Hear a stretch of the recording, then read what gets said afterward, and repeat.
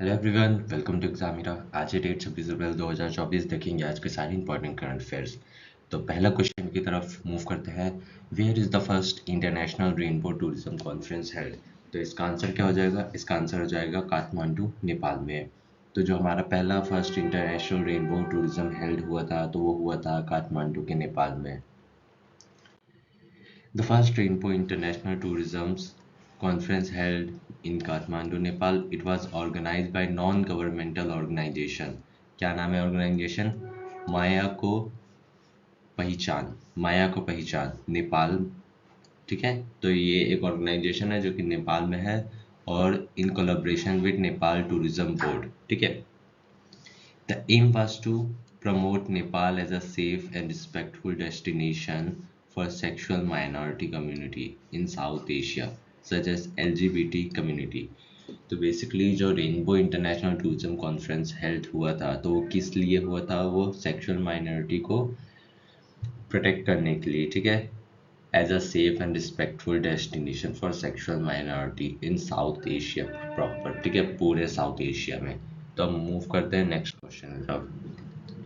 When is World Book and Copyright Day 2024 is observed? तो इसका answer क्या होगा? 23 अप्रैल। तो 23 अप्रैल को world book and copyright day observe किया गया था। ओके, ठीक है, 23 April. Okay, world book and copyright day also known as world book day.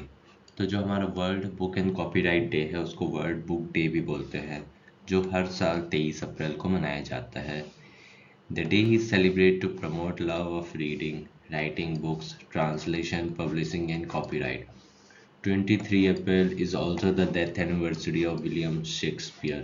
और इस बार की world book and copyright day का थीम क्या था? तो थीम था read your way. Okay, some important days of April देख लेते हैं।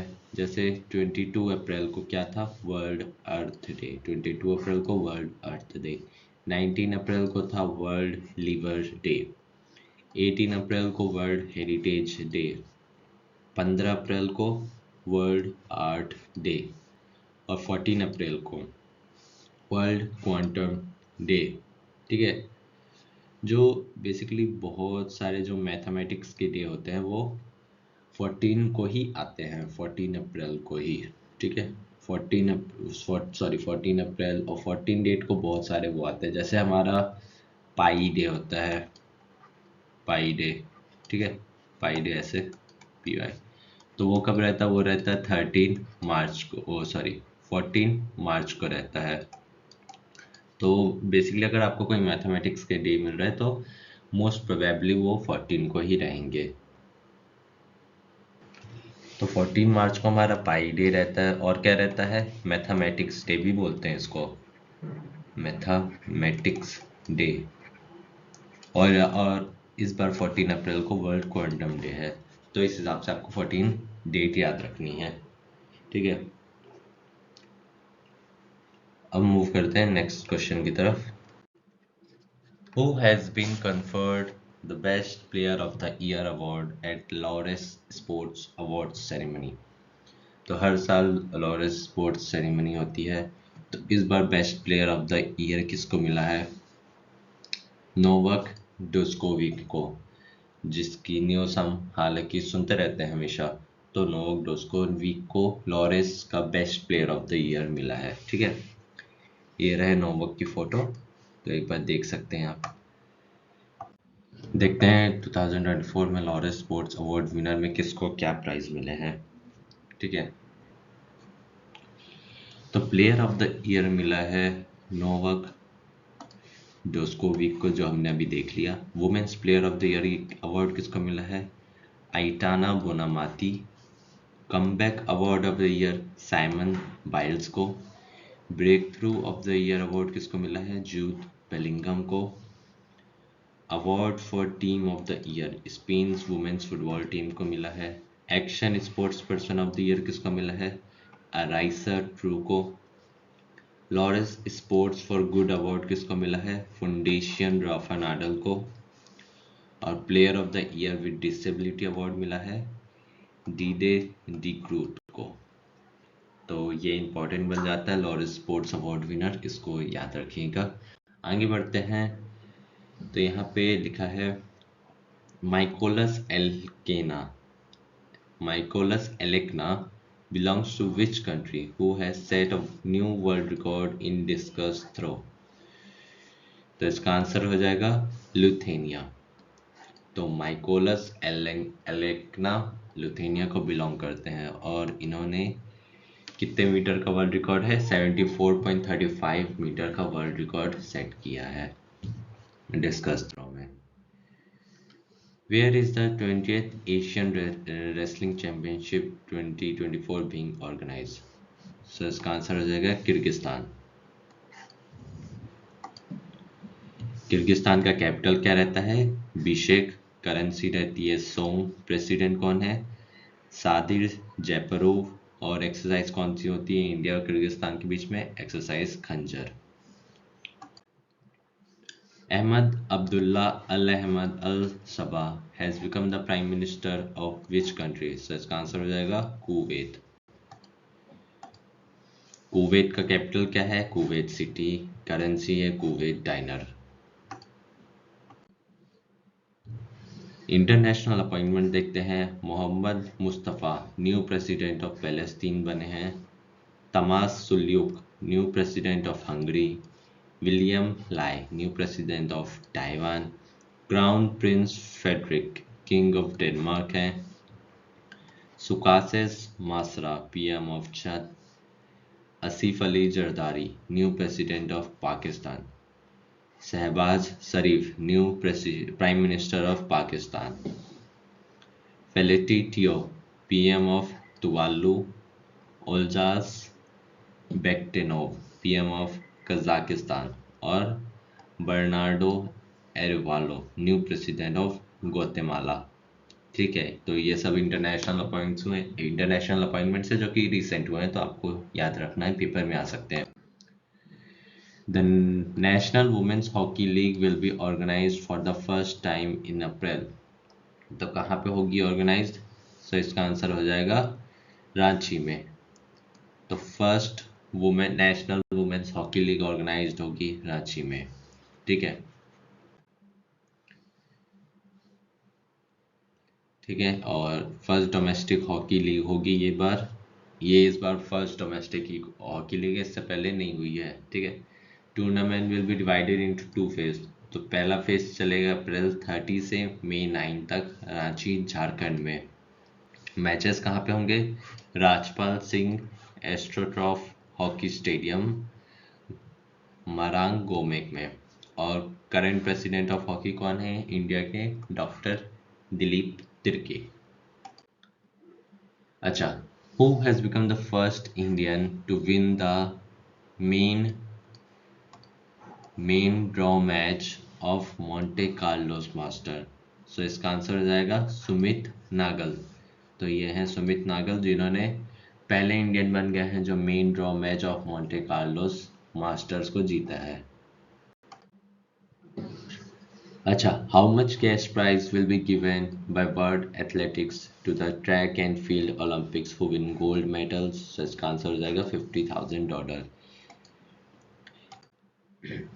इससे पहले इंटरनेशनल ओलंपिक्स कमेटी किसी को कोई प्राइज नहीं देती रही। ये फर्स्ट टाइम है कि वर्ल्ड एथलेटिक्स ने एथलेटिक्स में गोल्ड मेडल लाने वाले को $50,000 प्राइज दिया है।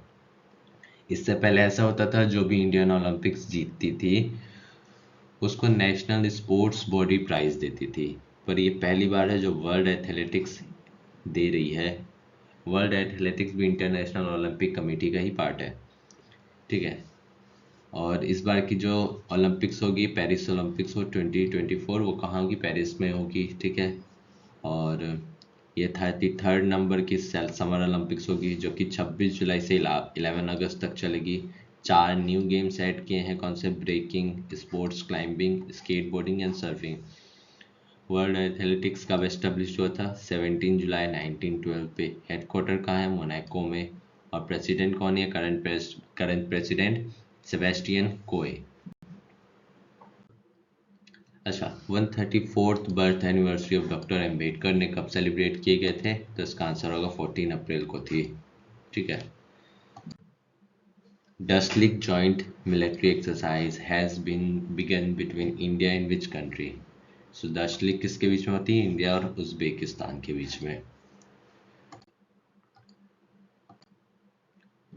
ठीक है, कब होगी? 15 अप्रैल को 5th एडिशन है और 14 डे की एक्सरसाइज है। कहाँ पे होगी? तरमेज डिस्ट्रिक्ट ऑफ उज्बेकिस्तान। उज्बेकिस्तान कब हुआ था सोवियत यूनियन से सेपरेटेड? 1991 में। कैपिटल क्या है उज्बेकिस्तान की? ताशकेंट। करेंसी है मून। प्राइम मिनिस्टर है अब्दुल्ला निगमतोविच अरिपोव और प्रेसिडेंट कौन है? शाफकत मिर्जियोयेव। ठीक है। तो which bank has become the first private bank in the country to open a branch in Lakshadweep? So इसका आंसर हो जाएगा HDFC बैंक। HDFC पहला प्राइवेट बैंक बन गया है जो ब्रांच ओपन किया लक्षद्वीप में। HDFC एस्टेब्लिश हुआ था 1994 में। हेडक्वार्टर है मुंबई में। MD और CEO कौन है करंट? शशिधर जगदीशन। लक्षद्वीप की कैपिटल है कावारत्ती। एडमिनिस्ट्रेटर है प्रफुल्ल पटेल। और Lakshadweep smallest among all union territories है और Lakshadweep is the only coral island India have. ठीक है, तो ये सब जानकारी आप याद रखिएगा। देखते हैं फर्स्ट इन द वर्ल्ड। तो जैसे कि फर्स्ट हाइड्रोजन ट्रेन वर्ल्ड में कहाँ है? जर्मनी में। First ever hydrogen bus service कहाँ स्टार्ट है? लेह में। India's first water taxi service Navi Mumbai to Mumbai start है। India's first water metro service Kochi में है। इंडियाज फर्स्ट अंडर वाटर कहाँ होगी? कोलकाता में, हुगली रिवर के नीचे। India's first hydrogen power truck कहाँ है? बेंगलुरु में। और first multinational car manufacturer to export EVs from India कौन सी कंपनी है? सिट्रोन, जो कि फ्रेंच कंपनी है। What is India's rank in the world cyber crime index? So India की जो रैंक है वो है 10।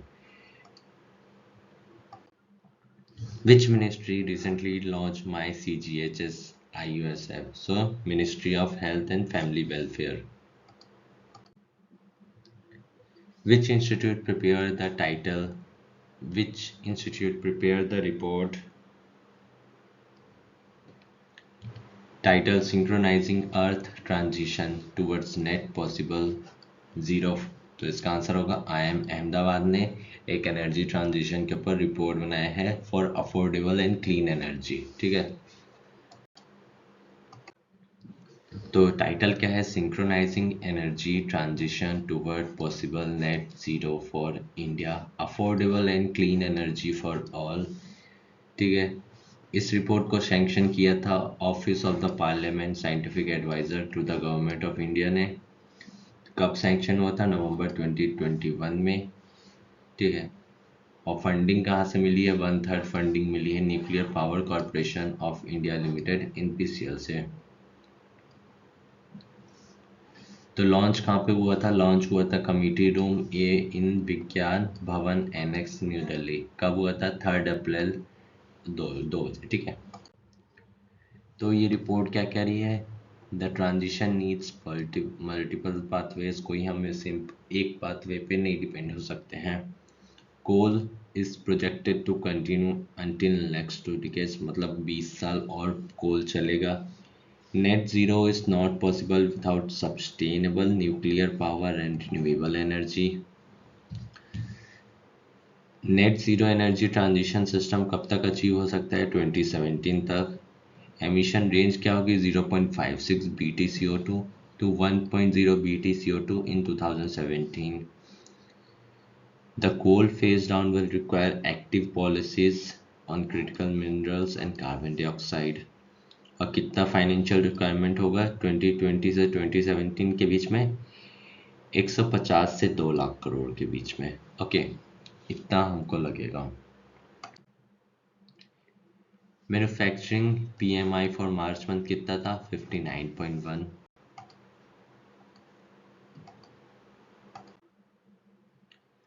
हॉकी इंडियन अवार्ड्स देख लेते हैं। Major Dhyan Chand lifetime achievement award किसको मिला है? अशोक कुमार को। Balbir Singh award player of the year किसको मिला है? हार्दिक सिंह को। बलबीर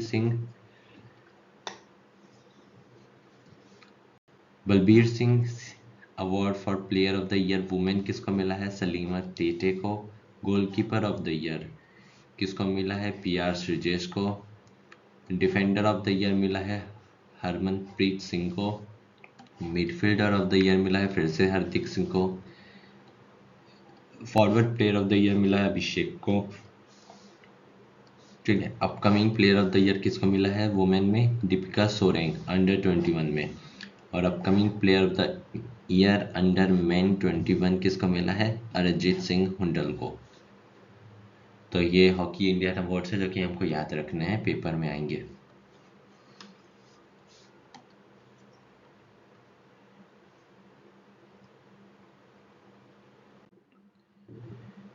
तो bank credit growth to NBFCs कितना फॉल हुआ है? तो इसका आंसर होगा 14.2। तो पहले पिछले साल फरवरी मंथ में 31.1% था बैंक क्रेडिट टू NBFCs। इस बार हो गया है 14.2 from the continuous warnings of RBI। ठीक है, तो bank credit growth to NBFCs fall to 14.7% in February against 31.9% in an earlier year। ठीक है, मतलब 2023 की फरवरी में जो बैंक क्रेडिट करती थी NBFCs को वो 31.9% था। इस बार घट के हो गया है फरवरी में 2024 में 14.7%। ठीक है, okay. India Mozambique and Tanzania trilateral exercise कहाँ पे हुई थी? नकाला मोम्बेक्यू में ऑन 28 मार्च। तो ये कौन सा एडिशन था? ये था सेकेंड एडिशन।